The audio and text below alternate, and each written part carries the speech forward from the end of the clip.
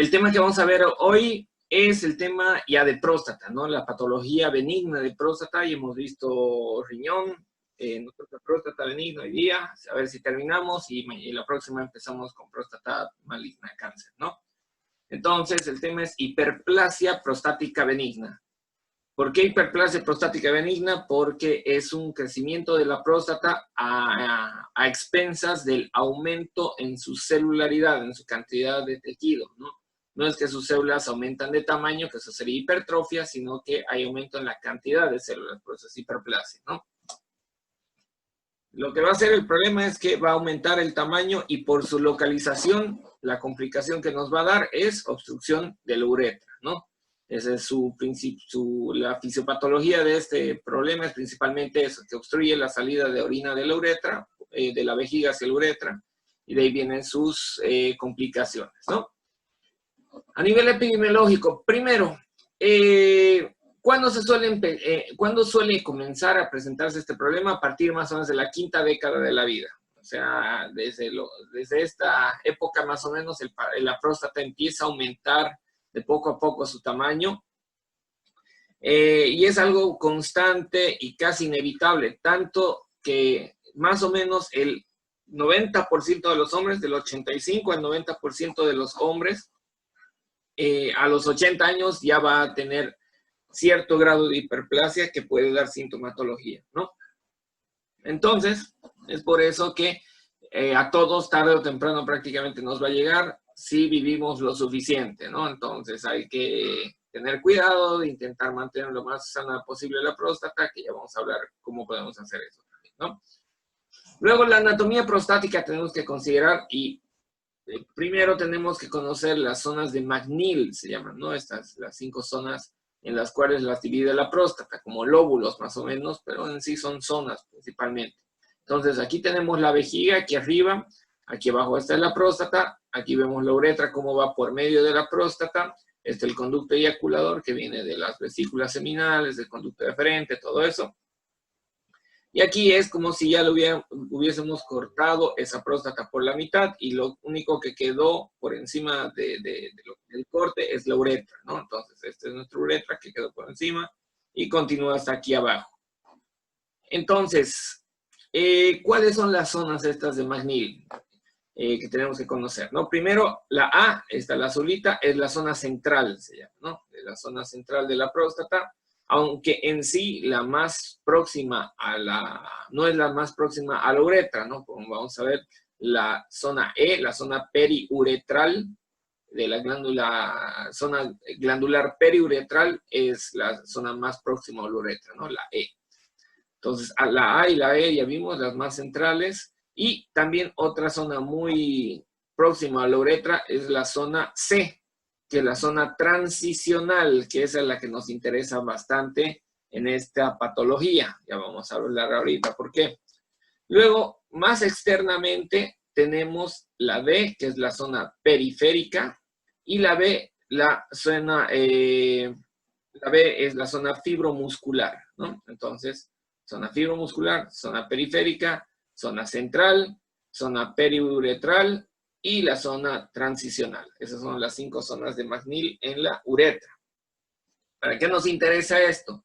Porque dependiendo de la zona, de la patología que presente la próstata, va a afectar más algún tipo de zona. Aquí, miren, tenemos varias patologías, ¿no? De próstata que nos pueden afectar. Por ejemplo, atrofia focal, inflamación aguda, inflamación crónica y más, ¿no? Aguda sería las prostatitis agudas y la crónica prostatitis crónica, ¿no? Vean que es casi, las prostatitis es muy parecido, la afectación suele afectar casi a todos, solo en la crónica es en parte la periférica y la transicional las más afectadas. La zona central, fíjense, no es casi nada afectado en ningún tipo de patología, pero lo que quiero más que todo es que vean la diferencia entre hiperplasia prostática benigna y carcinoma, ¿no? Entonces, esas dos patologías son las que vamos a diferenciar en estas dos clases, ¿no? O más clases tal vez, si no nos alcanza. Entonces, vean que en la hiperplasia prostática benigna, la zona afectada principalmente es la zona transicional, como dice acá, ¿no? Entonces, la zona transicional, ¿cuál era? La C. La C que está muy próxima a la uretra. Entonces, por ser muy próximo a la uretra, fíjense incluso en esta imagen, vean cómo la C está medio comprimiendo la uretra, esta partecita, ¿no? Entonces, por esa proximidad y por el crecimiento de esa zona en la hiperplasia prostática benigna, es que suelen venir todos los síntomas y el problema de la obstrucción de la vía urinaria. Ahora fíjense, en el carcinoma, afecta algo también, una media prevalencia en la zona transicional, casi nada en la zona central, pero lo que más suele afectar es la zona periférica, ¿no? O sea, todo lo de acá. Y como ven, es prácticamente lo más alejado de la uretra. Y es por eso que esta zona periférica, cuando da síntomas, suele estar más avanzado, porque a veces ya hay compresión de otros órganos, compromiso externo de la próstata, ya sobrepasó a la propia glándula. Y también es que por eso, cuando se opera un paciente por hiperplasia prostática, que cuando se hace una resección transuretral, que ya hemos hablado, por medio de un resectoscopio, como cistoscopía, se mete y se va sacando el tejido de la zona más próxima a la uretra. Y la zona más periférica no se la saca, no se la abre, ¿no? Y entonces es por eso que a veces el paciente puede haber sido operado de hiperplasia prostática y cree que eso ya evita, que ya le han sacado toda la próstata y que va a evitar que tenga un cáncer de próstata, y no es así necesariamente, ¿no? A veces se deja tejido prostático generalmente, y justo ese tejido prostático que se deja puede desarrollar un cáncer de próstata, ¿no? Entonces, eso tienen que saber ustedes como médicos y recomendarle a sus familiares, pacientes, a todo el mundo, de que si se hicieron una RTU, resección transuretral de próstata, no los cubre, no los protege en contra de un cáncer, ¿no? Ahora, eso sí, se ha visto que no hay, creo que más adelante igual explicamos eso, que no hay una relación clara entre uno y el otro, ¿no? Hay pacientes que pueden tener hiperplasia desde muy jóvenes y nunca desarrollar cáncer, y hay pacientes que nunca desarrollan hiperplasia prostática que sí pueden tener cáncer, ¿no? Entonces, no es que primero viene la hiperplasia y después eso se convierte en cáncer sí o sí, no hay esa relación directa, ¿no? Entonces, eso también tienen que saber, que si hay hiperplasia no necesariamente va a tener cáncer. Y como hemos visto, casi todos van a tener hiperplasia si son lo suficientemente viejitos, pero no todos van a tener cáncer, ¿no? El cuadro clínico, ¿cómo es? Primero, el paciente va a tener retraso en el inicio de la micción, ¿no? El pobre viejito va al baño y intenta empezar a orinar y se queda parado ahí un rato hasta que empiece a salir, ¿no? Entonces, sus minutos, sus 40, 30 segundos, variables, ¿no? Dependiendo del grado de obstrucción, pero tarda en empezar a orinar. ¿Por qué? ¿Cuál es la fisiopatología? Porque la vejiga tiene que aumentar lo suficiente su presión intravesical como para vencer esta obstrucción, ¿no? Entonces, al inicio la vejiga empieza a contraerse, pero la presión no es suficiente como para abrir esa obstrucción, entonces sigue contrayéndose hasta que ya empieza a salir, ¿no? Cuando hay suficiente presión. Luego el goteo postmiccional, otro problema igual, que el paciente termina de orinar y lo mismo, baja la presión con lo que ha eliminado la orina, y como bajó la presión, ya no sale un chorro, sino empieza a salir gotas, ¿no? Y mientras mayor sea la obstrucción, más gotas, más prolongados ese tiempo de goteo, ¿no? Si es un goteo de 2, 3 gotas de un segundo, no hay problema, incluso a personas jóvenes puede pasarles eso, ¿no? No hay ningún problema. Pero el problema es cuando el paciente orina, termina de orinar y sale caen bastantes gotas después de terminar la orina, ¿no? La micción. Entonces es el goteo postmiccional. Tercero, la disminución del calibre y menor fuerza del chorro miccional, ¿no? Aquí vemos en la imagen comparando cómo el niño orina con una fuerza y calibre adecuado, mientras el viejito apenas, ¿no? Generalmente a veces hasta se termina orinando los propios pies, ¿no? Entonces, obviamente es por el mismo problema de la obstrucción, ¿no? Todos estos son síntomas obstructivos, obviamente, ¿no?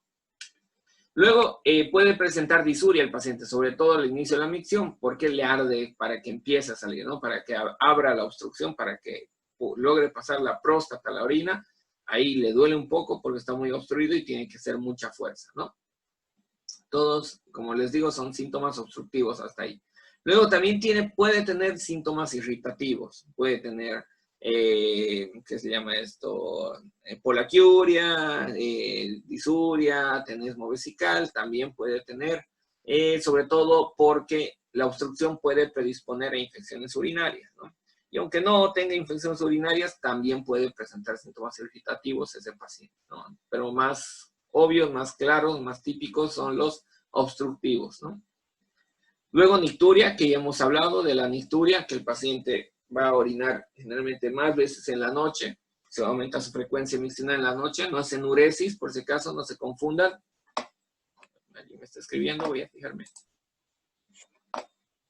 ¿Qué tema? Sí, hiperplasia prostática benigna, ya hemos visto prostatitis, querido Crispin.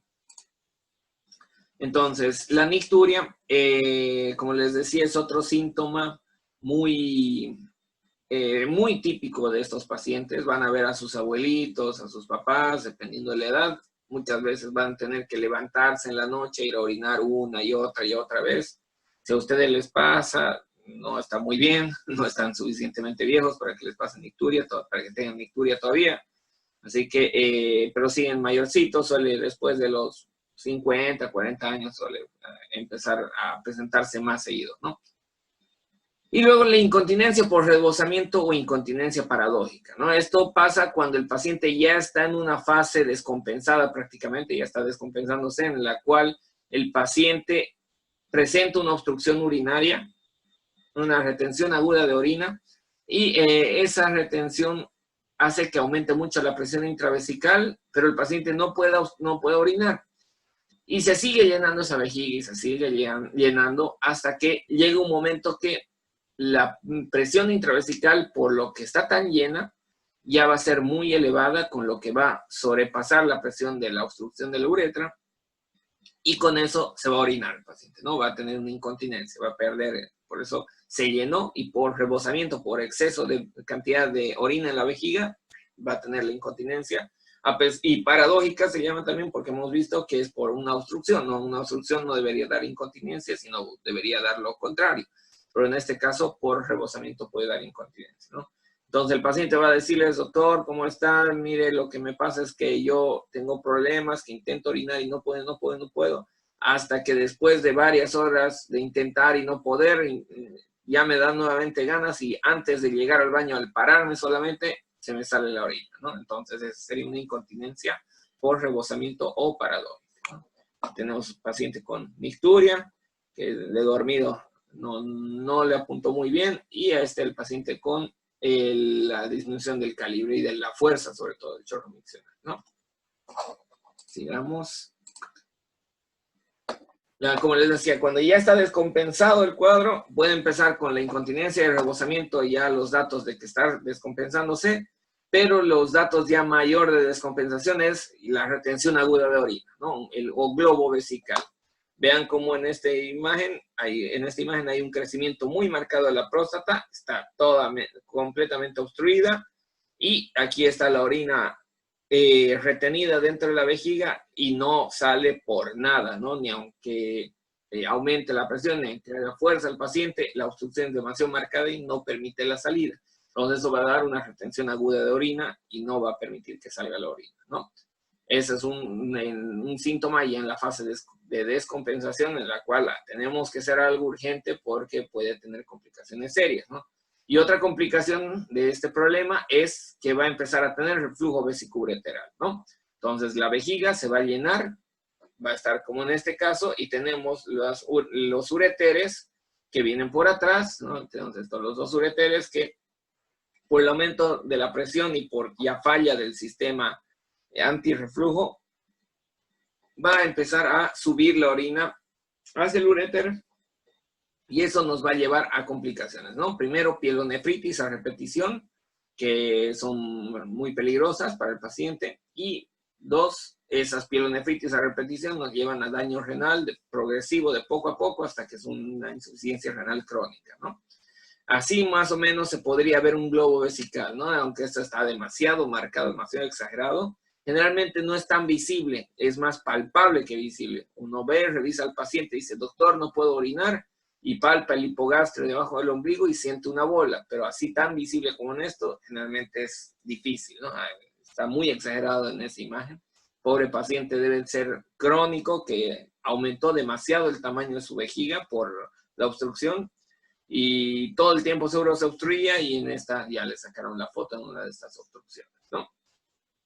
Entonces, en esta fase de descompensación, vamos a hacer el tratamiento de urgencia para el caso de la retención, el tratamiento de urgencia para la pielonefritis, y más adelante vamos a hacer el tratamiento de la próstata en sí para desobstruirla, ¿no? Que vamos a hablar más adelante. El examen físico, ¿no?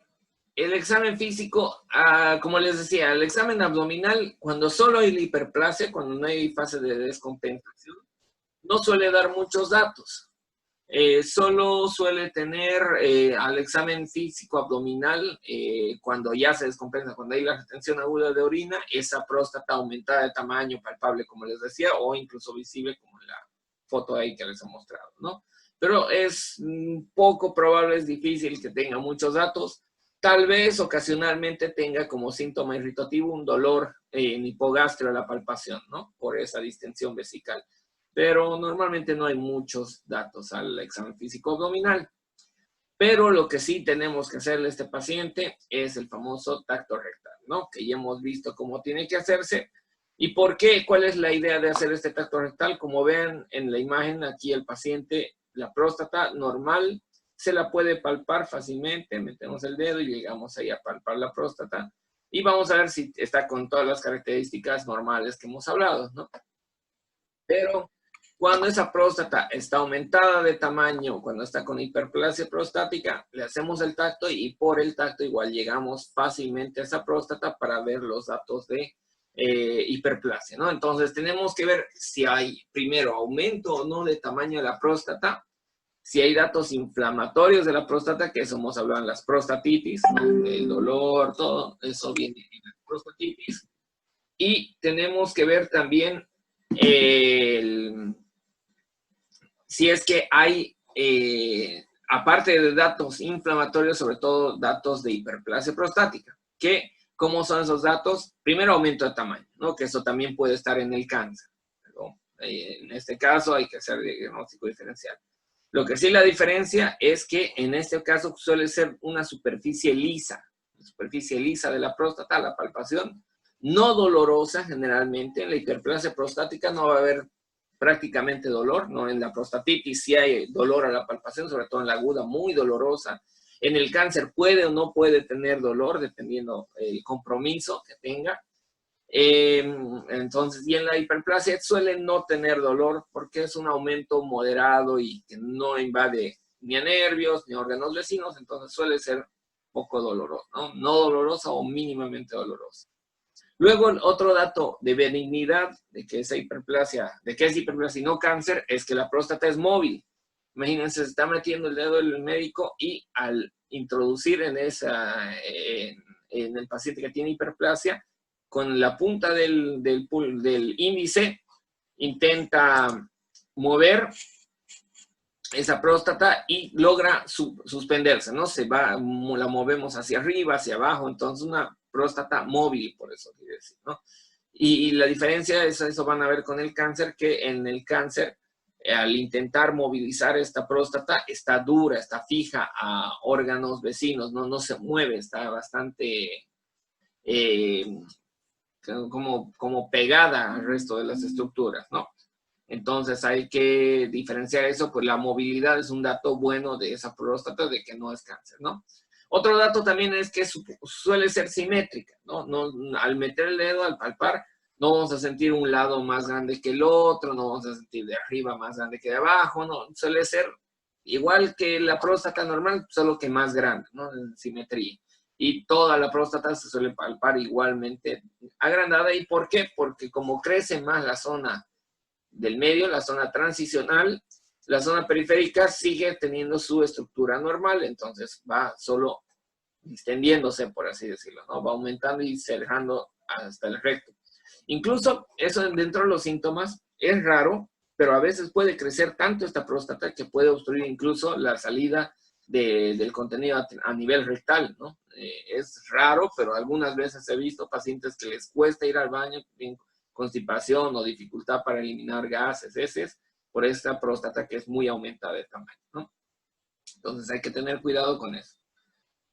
Luego, lo que les decía, aumento de la consistencia. La próstata sí suele ser un poquito más dura que la próstata normal en la hiperplasia prostática, ¿no? Como tiene tanto tejido glandular, está aumentado ese tejido glandular y fibroso, puede ser un poquito más dura que la próstata normal, pero no tan dura como cuando el paciente tiene cáncer. Y en esto tienen que acordarse lo que les he explicado, que dónde vamos a comparar el tacto rectal, el tacto de la próstata con otras partes del cuerpo.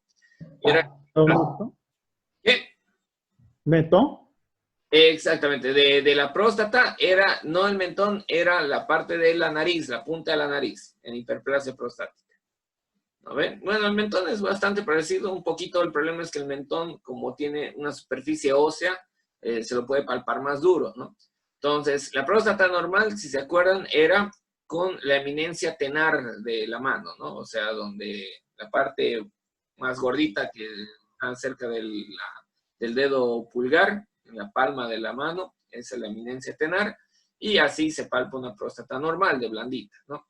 La nariz, la punta de la nariz, ya una consistencia más durita, más fibrosa en la hiperplasia prostática, y a nivel malar, ¿no? El hueso malar, debajo de los ojos, o los pómulos, si quieren llamarlo también, eso es la consistencia cuando ya está más dura y en un posible cáncer, ¿no? Entonces sientan, ustedes pálpense ahorita, la eminencia tenar, blandita, acolchonadita, por el músculo que está ahí, la nariz, que ya por el cartílago, la punta de la nariz es más dura, y por último la eminencia, la zona malar o los pómulos, que es una zona ya mucho más dura, obviamente, ¿no?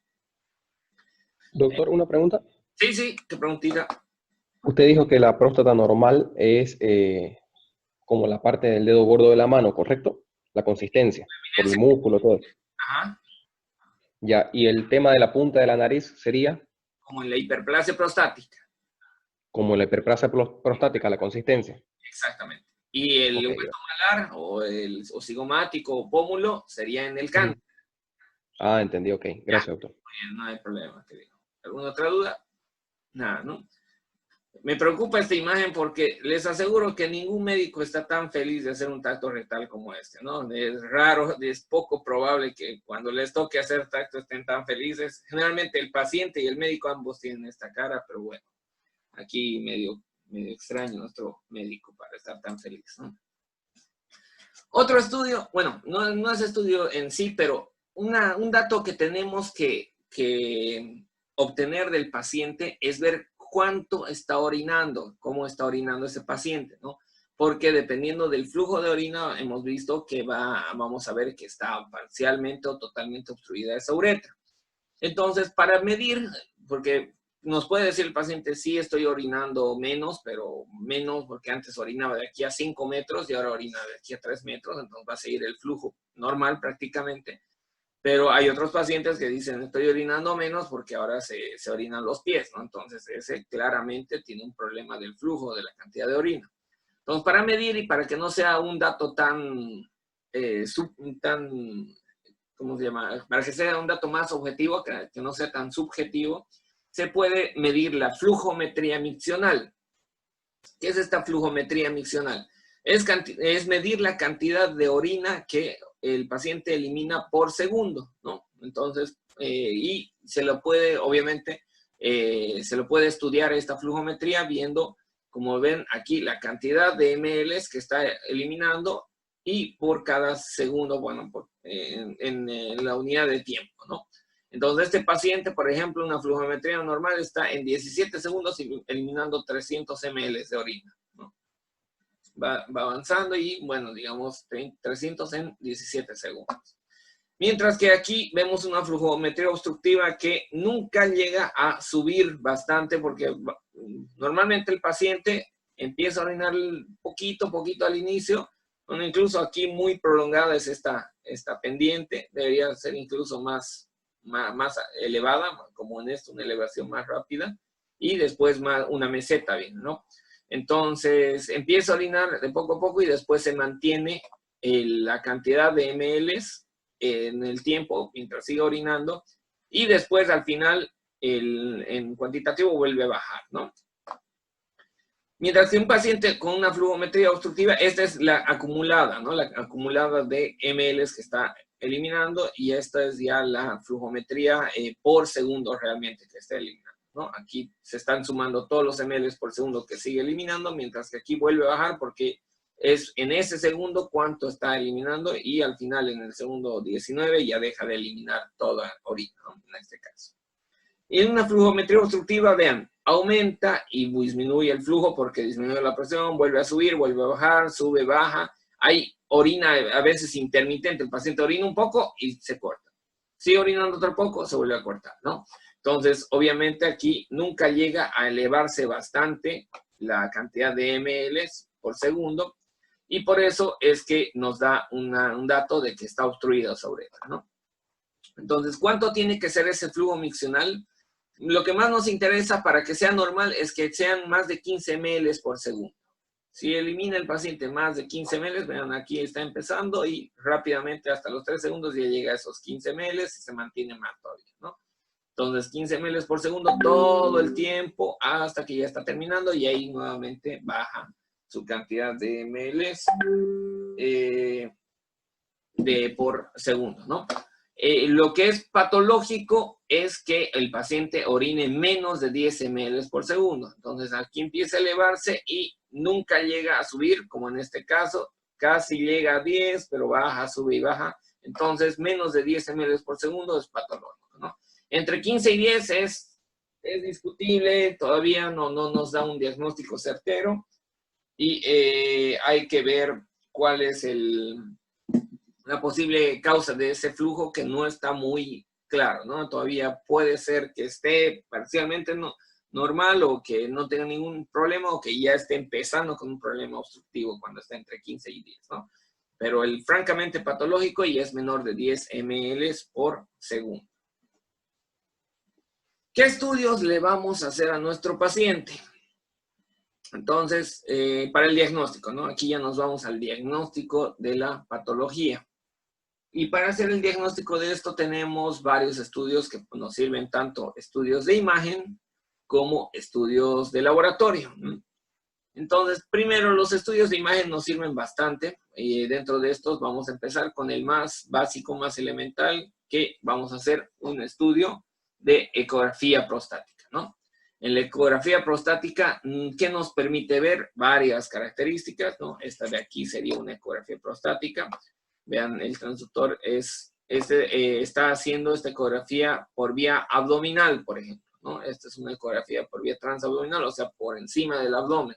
Porque la ecografía también podría hacerse por vía transrectal, como hemos visto en otros temas, que es en el de estudios de imagen, que el transductor, parecido al ginecológico, se puede meter por vía rectal, como si le estuviéramos haciendo tacto, pero en lugar de que sea con el dedo, es con el transductor, y la punta del transductor se la apoya en la superficie donde está la próstata, para ver su tamaño, ¿no? Les voy a mostrar, creo que tengo más adelante una imagen de una ecografía transrectal que es parecida a esa imagen, ¿no? Solo que la vemos desde la parte posterior, generalmente, ¿no? Desde la parte anterior a la próstata. Entonces, en cualquiera de esas dos, en las ecografías para ver la próstata, lo que tenemos que ver es el tamaño, ¿no? ¿Cuánto es el tamaño de la próstata? Y aquí, como vemos, es una próstata francamente aumentada de tamaño, ¿no? Muy grande. Esta próstata, fíjense, mide de acá a acá y de acá a acá, está comprimiendo a nuestra vejiga. Fíjense, viene y se está metiendo en la vejiga, prácticamente como en esta imagen de acá que les mostré. Fíjense, lo mismo que aquí, ya se está entrando en la vejiga, y eso es lo que estamos viendo aquí en esta ecografía, ¿no?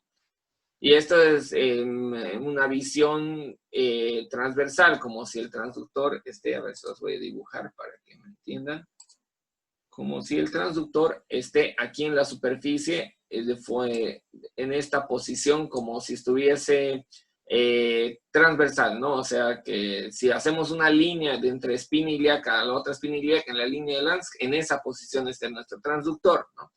En esta imagen es al revés, el transductor está puesto también ahí en la zona suprapúbica, debajo del ombligo, pero está colocado en la línea media como de arriba hacia abajo, ¿no? Entonces, esto es la parte superior y esta es la parte inferior. Entonces, como les digo, aquí más o menos estaría el ombligo y aquí ya estaría el pubis, ¿no?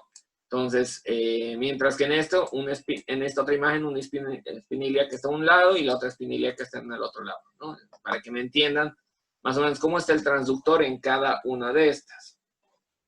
Entonces, esta es una imagen transversal y esta es una imagen longitudinal, ambas de la vejiga. Esta es la vejiga. ¿Por qué? Porque es una imagen anecogénica, negra, con contenido líquido. Sus paredes vemos acá. Y lo que vemos detrás, debajo de la vejiga, es esa próstata, ¿no? Bastante aumentada de tamaño. Entonces, primero vamos a ir en esa ecografía que vamos a valorar ese aumento del volumen prostático. Si está muy grande, muy pequeña, obviamente una hiperplasia no va a estar muy pequeña, va a aumentar el tamaño. Y vamos a ver, aparte del tamaño, tenemos que ver cómo es el aspecto de esa próstata, ¿no? Porque puede ser una próstata incluso normal, pero si tiene un aspecto raro en la ecogenicidad, si tiene un aspecto heterogéneo, si no es como en esta imagen, fíjense, toda la próstata es prácticamente del mismo aspecto, ¿no? Se ven algunas zonas un poquito negras, pero más parecería que es por el mismo ecógrafo que sea algún otro problema, ¿no? No es, aquí vemos esto negro, pero probablemente en esta toma justo se vio negro, pero ahí mientras hacemos la ecografía, mientras va moviendo el ecógrafo, se nota que todo suele ser del mismo aspecto, eso es homogéneo, ¿no? En la hiperplasia prostática suele ser, puede estar aumentada la próstata, puede estar un poco más blanca de lo que normalmente es, pero suele ser toda la próstata del mismo aspecto. O sea, suele ser una próstata homogénea en la ecografía, ¿no? Como en esta imagen. Si vemos zonas, voy a intentar pintarlo igual, a ver, con blanco. Si vemos zonas así, mucho más blancas, otras más negras, digamos ahí, zonas blancas, y ¿dónde está mi negro? Color negro. Y otras zonas así, bastante negras. Entonces, eso sería un aspecto heterogéneo y puede estar normal o aumentar de tamaño, pero un aspecto heterogéneo nos hace pensar en otras patologías, incluso hasta un posible cáncer, ¿no? Entonces, el aspecto homogéneo tenemos que intentar ver en una próstata aumentada de tamaño, como dice acá, ¿no? Luego, otro dato que nos puede ayudar en la ecografía prostática es ver la cantidad de orina después de haber miccionado, ¿no? Entonces, ese es el residuo postmiccional, que en condiciones normales suele haber una escasa cantidad de orina, pero es muy bajita, ¿no? Un residuo postmiccional mínimo suele haber en condiciones normales. Cuando hay una hiperplasia prostática y nos está dando datos obstructivos, el residuo postmiccional suele ser mayor, ¿no? Por ejemplo, en estas ecografías, voy a ver si puedo borrar todo, borrar todas, ahora sí. En estas ecografías, se hicieron después de que el paciente ya miccionó. Entonces, todo lo que estamos viendo, la orina que hay dentro de esa vejiga, es residuo postmiccional. Y es bastante, esto parece una vejiga parcialmente llena, ¿no? La mitad llena parecería esta vejiga, y normalmente se ve en la vejiga, a ver, creo que tenía otra imagen de ecografía, no tengo otra imagen de ecografía, pero bueno, una vejiga cuando está llena, generalmente se la ve bastante distendida, y igual la próstata metiéndose parcialmente, pero mucho más distendida, ¿no? Entonces, esta es una vejiga ya con bastante residuo postmiccional, que eso nos indica que ya hay dificultad para la salida de orina. ¿Y por qué queda este residuo? Porque se contrae la vejiga y con la contracción aumenta la presión, hace que empiece a salir, pero con lo que va saliendo la orina, va bajando de poco a poco la presión hasta que baja lo suficiente como para que ya no pueda pasar la obstrucción, ¿no? Entonces, esa escasa cantidad de orina la vejiga ya no consigue aumentar mucho la presión intravesical con su contracción, ya no va a salir, ¿no? ¿Cómo se llamaba el músculo de la vejiga antes de que me olvide? ¿Quién me dice? Detrusor. Muy bien, el detrusor, ¿no? Entonces ese detrusor ya estaba más debilitado. Incluso vamos a ver en la cistoscopía que cuando le meten la cámara por la uretra hasta la vejiga tiene un aspecto especial, un aspecto en cesta de mimbre. ¿Qué quiere decir esto? Que esa vejiga parece como si fuera una canasta, ¿no? Porque ese músculo detrusor, las fibras han quedado separadas y esas fibras del músculo se ven como si fuera esa canasta, esa cesta, ¿no? Entonces, el músculo ya queda como con fibras muy distendidas y se van separando sus fibras y no puede contraer de forma adecuada, ¿no?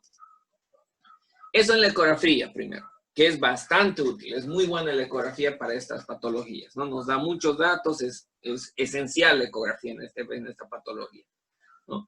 Luego, tenemos otros estudios, por ejemplo, la urografía miccional o urografía que se llama retrógrada miccional, ¿no? ¿Cómo hacemos esta urografía que ya hemos hablado? En esta urografía lo que se hace es de forma retrógrada, se mete contraste desde afuera hasta la vejiga, generalmente a través de una sonda. Se le pone primero una sondita vesical, una Foley, y por esa sonda se le mete el material de contraste, ¿no? Que sería esta imagen de acá. Entonces metieron el material de contraste para que se vaya llenando esa vejiga, pero no con orina, sino con el contraste que le estamos metiendo desde abajo, desde el uretra, ¿no? Desde el meato urinario. Entonces vamos llenándola y la idea de esto es ver si esa se la llena la vejiga y después de eso se le pide al paciente que orine ese contraste, ¿no? Se le saca la sonda primero y se le dice al paciente, por favor, va a orinar. Y ahí vamos a ver qué pasa cuando se contrae su vejiga y cuando está orinando, ¿no?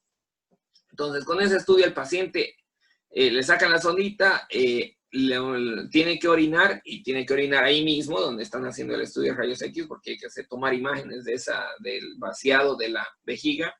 Y la idea es ver que ese contraste vaya saliendo, ¿no? Si va saliendo todo por la uretra hacia el exterior, de forma normal, rápida, sin problema, está perfecto. No hay ningún grado de complicación, ¿no? Pero lo que quieren evaluar acá, evidenciar, es que cuando aumenta la presión vesical, cuando empieza a contraerse el músculo de la vejiga, quieren ver si esa contracción hace que aumente mucho la presión intravesical y consigue que ese contraste vaya por el uréter, que haya un reflujo vesicoureteral, ¿no? Entonces, por ese medio vemos que normalmente no tendría que pasar nada del contraste hacia el uréter, porque estamos haciendo de la vejiga hacia arriba, ¿no? Es retrógrada, esta urografía es miccional. Entonces, todo el contraste debería salir por la uretra y no debería pasar ni una gota de contraste hacia los ureteres. Entonces, este es un estudio que nos permite ver una complicación que hemos visto en la fase descompensada, que sería el reflujo vesicoureteral, y quiere decir que ya está fallando y ese paciente tiene riesgo de presentar una insuficiencia renal ya más grave, ¿no? Ya se está terminando esta, cortémosla y vamos a empezar la otra por un tiempito hasta que nos alcance la próxima clase, ¿ya? Vayan pensando preguntas si tienen mientras tanto.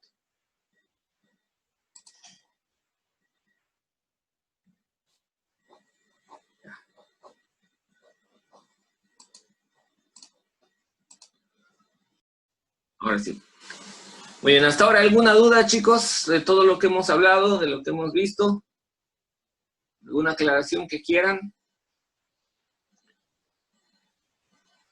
¿No saben, no responde? ¿Alguna duda? ¿Me están siguiendo? Una pregunta. Claro que sí. Esta hidronefrosis fue secundaria a una retención urinaria aguda o otra cosa? ¿En cuál caso? ¿En este para que estamos viendo el reflujo? Sí, este. Claro, exactamente. ¿No? En este caso el problema es que nuestra uretra está muy obstruida y dio más que una sola obstrucción, una sola retención urinaria aguda, es más por retenciones urinarias a repetición, ¿no? Entonces el paciente constantemente tiene dificultad para orinar, la próstata está muy agrandada y le cuesta empezar a orinar, entonces fue obstruyéndose de poco a poco, ¿no? La vejiga se llenaba hasta acá más o menos, donde estoy haciendo a ver, voy a dibujarlo. Ahí, a ver si me deja. Ahora sí. Entonces se llenaba hasta ahí primero, normalmente, ¿no? Entonces, con ese llenado vesical recién empezaba a orinar un poco. Pero como es algo crónico, de poco a poco fue ocasionando que aumente más el tamaño vesical, ¿no? Cada vez iba aumentando más y más.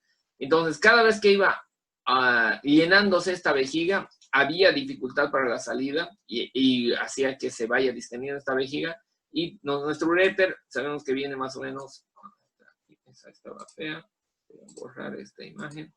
El uréter sabemos que viene más o menos acá, es su orificio de salida, ¿no? Aquí está de la uretra, este es el trígono vesical. Entonces nuestro uréter viene hasta acá. Y lo que empezó a hacer es que empiece a fallar el sistema de válvula que hay aquí por la distensión crónica que empieza a tener, ¿no?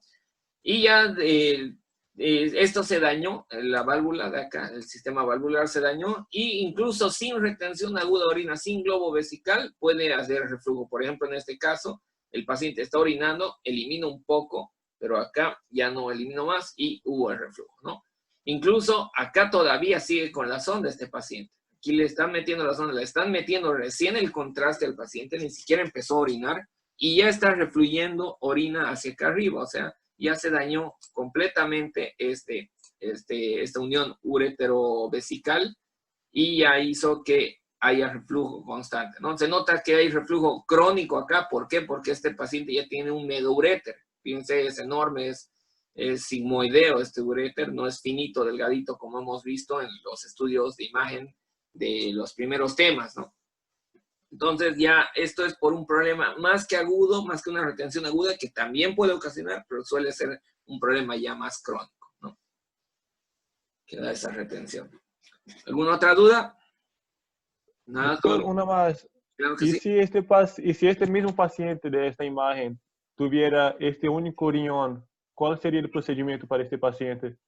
Eso ya es mucho más complicado, ¿no? Si solo tiene un riñón, ese paciente tiene mucho riesgo de que ese riñón ya vaya a fallar, ¿no? Entonces, si el paciente tiene reflujo vesicoureteral, hay que intentar resolver ese su reflujo para evitar el riesgo del riñón.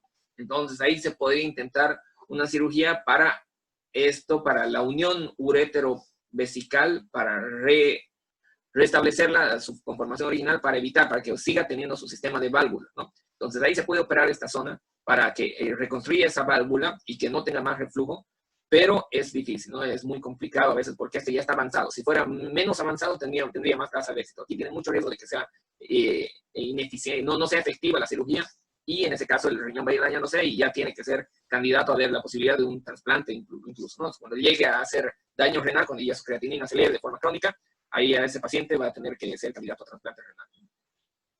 Pero se puede intentar, mientras tanto, mientras todavía sigue sirviendo, intentar protegerlo y arreglar el problema de acá, ¿no? Del reflujo. ¿Otra duda? ¿Otra pregunta? ¿Nadie más? Yo voy a borrar todo esto.